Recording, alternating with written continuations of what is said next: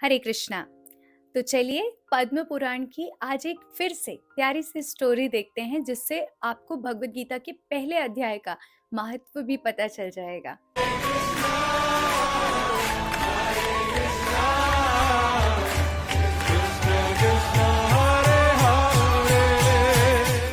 एक बार विष्णु जी से लक्ष्मी जी ने पूछा कि मैंने आपके एक ग्रेट डेवोटी सुशर्मा नाम के ब्राह्मण के बारे में सुना है।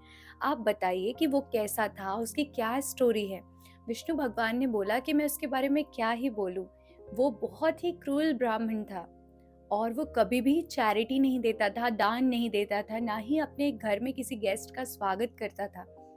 वो वैसे तो पत्तल बेचकर अपना भरण पोषण करता था, लेकिन उन पत्तल के पैसों से भी वो बस मीट और वाइन में ही लगा रहता था। और इस तरीके से उसने बहुत ज्यादा पाप कमाए। एक बार वो गार्डन में गया और वहां पे एक स्नेक ने उसको काट दिया और उससे उसकी मृत्यु हो गई। जब वो यमराज के पास गया तो उसको बहुत सारे अलग अलग टाइप के हेल्स में जाना पड़ा, नरक भोगना पड़ा। और उसके बाद वो एक बुल यानी कि बैल बनकर उसका जन्म हुआ। उसका जो मालिक था वो बहुत ही हैवी लोड रखता था बैल के ऊपर। इस तरीके से 7-8 साल तक उस बैल ने बहुत मेहनत की और इवेंचुअली उसकी मृत्यु हो गई। और इस तरीके से इस हालत में देखकर कई लोग आए वहां पर और उन्हें बैल के ऊपर दया आई। उसमें से एक प्रोस्टिट्यूट थी जिसने अपने सारे पुण्य कर्म बैल को दे दिए। उसे शक था कि कहीं मेरे पास पुण्य कर्म है भी या नहीं, लेकिन फिर भी उसने ब्लेस किया कि अगर मेरे कोई भी पुण्य कर्म हो तो इस बैल को मिल जाए। जब बैल की मृत्यु के बाद वो यमराज के पास गया तो यमराज ने बोला कि तुम अब सारे प्रकार के सिंफुल रिएक्शन से मुक्त हो चुके हो, अब कोई भी पाप नहीं है तुम्हारे अकाउंट में।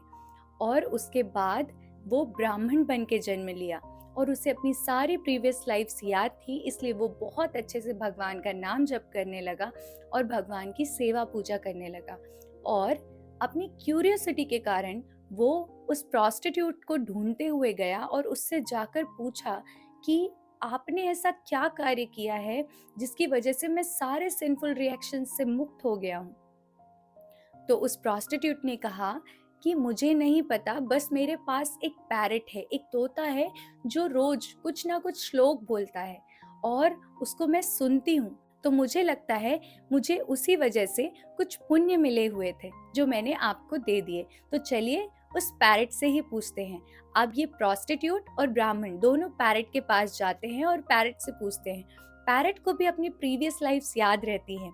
मैं पहले एक बहुत ही प्राउड और जेलस ब्राह्मण था जो दूसरे लोगों की इंसल्ट करता रहता था और उसके कारण मुझे बहुत सारे नरक भोगने पड़े।